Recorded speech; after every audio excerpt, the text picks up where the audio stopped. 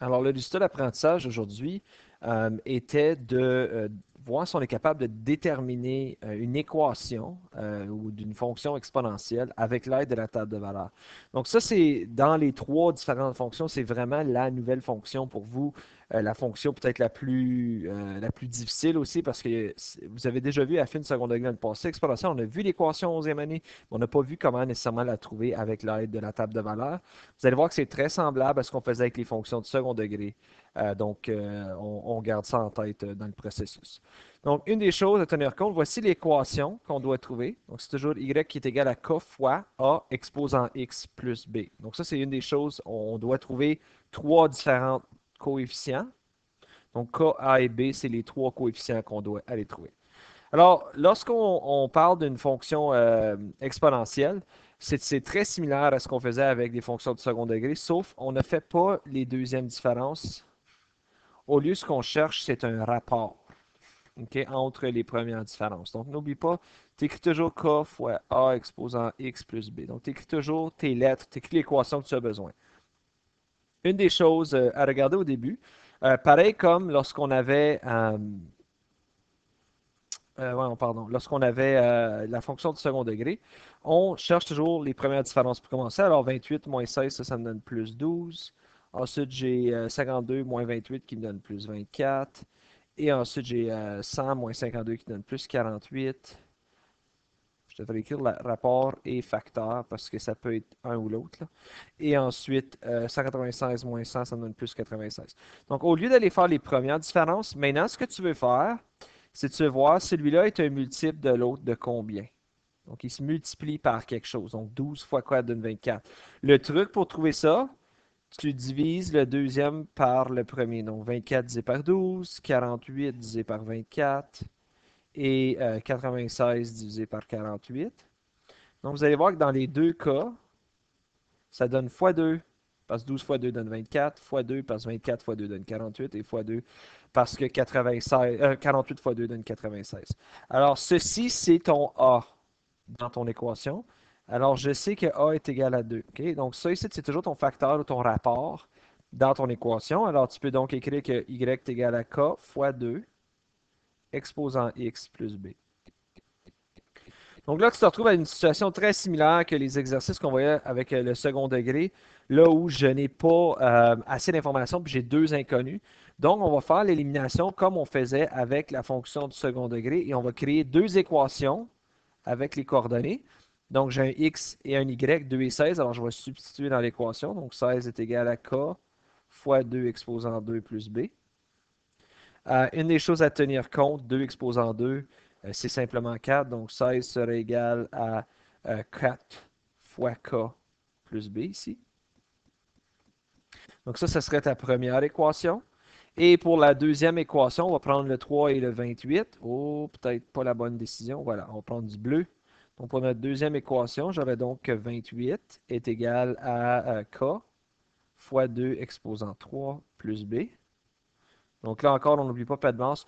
2 exposant 3, c'est 8. Hein? On n'oublie pas, c'est pas 2 fois 3, mais 2 fois 2 fois 2. Donc 2 exposant 3, c'est 8. Alors ça me donne 8K plus B. Donc là, je me retrouve encore une fois à vouloir faire une élimination de variables. Une des choses qui est le fun, c'est que les deux ont simplement un B. Donc une soustraction va toujours annuler le B dans ces situations ici.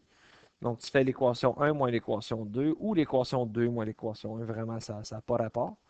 Ça va faire la même chose. Donc, j'ai 16 qui est égal à 4K plus B comme équation 1.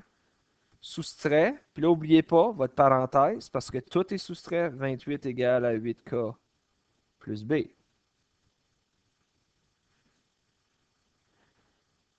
Alors là, je regarde à ceci. OK, je commence avec 16 moins 28 qui est moins 12.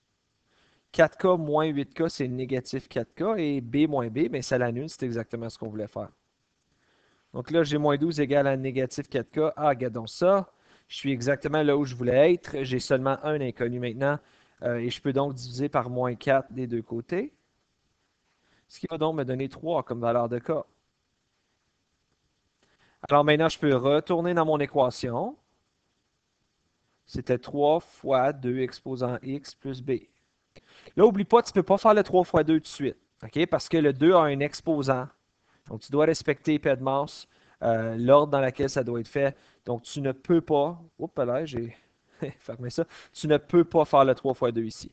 Mais pour trouver le B maintenant, on retourne un peu à ce qu'on faisait avant. On peut choisir une des coordonnées, substituer le X et le Y. Donc, moi, je vais prendre 2 et 16. Alors, 16 est égal à 3 fois 2 exposant 2 plus B. Donc là, n'oubliez pas encore, PEDMAS, il faut être respecté. Donc, 2 exposant 2, c'est 4. Alors, j'ai 3 fois 4 plus B. 16 serait donc égal à 12 plus B. Et en dernier, on peut simplement faire moins 12 des deux côtés. Ce qui me donnerait donc 4 comme valeur de B. Alors, je peux maintenant écrire mon équation finale. Y serait égal à 3 fois 2 exposant X plus 4. Je vais faire un dernier exercice avec vous sur ceci. Donc, cet exercice ici qui est un peu plus avancé, pas tant que ça, mais quand même, il faut regarder ici qu'on a des années au lieu d'avoir des X comme 0, 1, 2, 3, 4.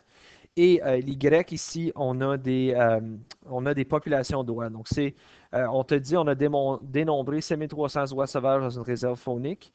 Prédit quelle sera la population en 2015. Donc, on veut savoir en 2015 quelle sera la population des oies si cette tendance est maintenue. Donc, une des choses à tenir compte, on dit l'année 0, c'est 2007. Donc, ça, c'est comme si ton exposant ou ton X était 0, 1, 2, 3, 4 et 2015, c'est l'année 8, on a dit. Donc, comme exposant, tu ne vas pas utiliser les années. Tu vas utiliser les chiffres parce que l'année 2007, c'est l'année 0. Donc, c'est lorsqu'on a commencé la recherche. Alors, je sais que je cherche une équation exponentielle. Donc, j'ai K fois A exposant X plus B. Ça, c'est l'équation que je cherche. Je sais que A, c'est le facteur. Donc, je vais commencer. Oups, là, je vais commencer. Je vais effacer ça, là, par faire les premières différences. Donc, si je fais 2490 moins 5300, ça me donne 2190. 12337 moins 9490, ça me donne 2847. Et ensuite, je vais vérifier 2847 divisé par 2190. Ça va me donner 1,3 environ comme facteur partout. Donc, ça dit que mon A est 1,3 dans cette situation-là. Alors, j'ai K fois 1,3 exposant X plus B à date. Alors là, pour aller trouver mon équation, n'oubliez pas, on doit créer on doit prendre deux coordonnées. Donc, je vais prendre celle-là pour mon équation 1. Donc là, mon Y est 9490. Mon K fois 1,3. Là, ce serait exposant 1, parce que c'est l'année 1 2008 et non 2008 comme exposant. Donc, ça va donner que 9490 est égal à 1,3K plus B. Ça, c'est la première équation.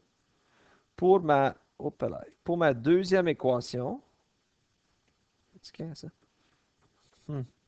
Ça lâche pas de. Bon, voilà. Pour ma deuxième équation, je vais prendre, on va le faire en rouge, l'année 2, qui est 2009.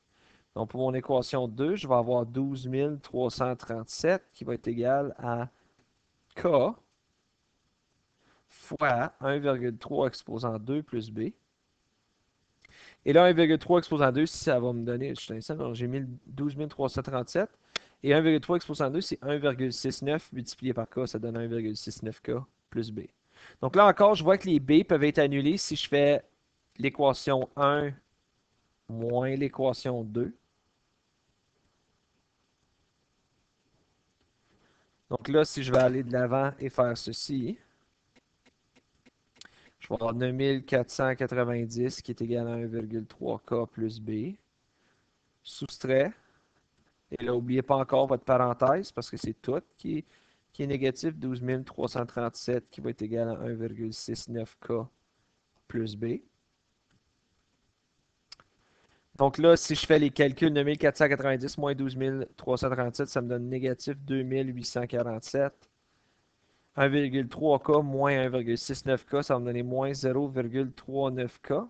Et B moins B, ça me donne tout simplement 0. Donc là, je vais pouvoir isoler mon K. Moins 847 égale moins 0,39 fois K. On l'isole en faisant la division. Ça va me donner que mon K est égal à 7300 dans cette situation ici.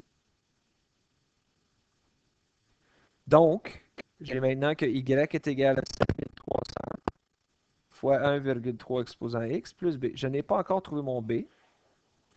Alors maintenant, pour aller trouver mon B, il va devoir que je prenne une coordonnée. Je vais prendre la coordonnée encore de l'année 1, donc 2008, 9490. Alors 9490 qui est égal à 7300 fois 1,3 exposant 1 plus B. Là, tu n'oublies pas comment PEDMAS fonctionne. 1,3 exposant 1, c'est simplement 1,3. Donc, je peux faire maintenant 1,3 multiplié par 5300. Donc, ça 1,3 fois 5300, c'est 9490. Oh, il y a quelque chose de cute qui s'en vient. Parce que là, je vais soustraire pour l'isoler. Regardons ça, ça donne que ma valeur de B est 0. Donc, mon équation était 5300 fois 1,3 exposant x. Le B, le plus 0, perdez pas votre temps à écrire ça. Là. Si c'est plus 0, c'est plus 0, ça ne donne rien. Mais la question avait du début demandé, non, non, je veux savoir en 2015, quelle est la population des oies. On trouvait l'équation juste pour nous aider. Il faut garder compte, ça c'est l'année 8. Donc ça veut dire que x serait égal à 8 dans cette année-là. On cherche le y. Donc je sais que... Oh, je ne sais pas ce qui est arrivé là, pardon. C'est comme si mon ordi a comme capoté. Il est rendu fatigué avec ça.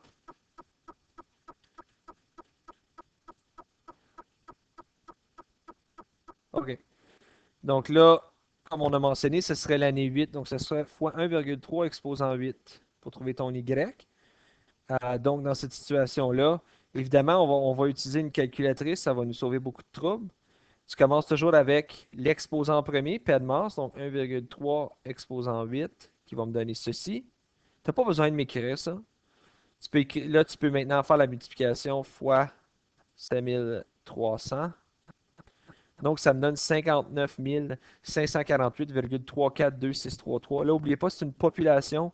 Donc, on peut, pour commencer, on peut écrire que c'est 59 548, virgule, je me souviens plus, là, 3, 4. Mais vu que c'est une population d'oies, on peut arrondir à l'unité près. Donc, la réponse est 59 548 comme population d'oies. Alors, ceci met fin à la leçon d'aujourd'hui. Si jamais vous avez des questions, n'hésitez surtout pas à communiquer avec moi.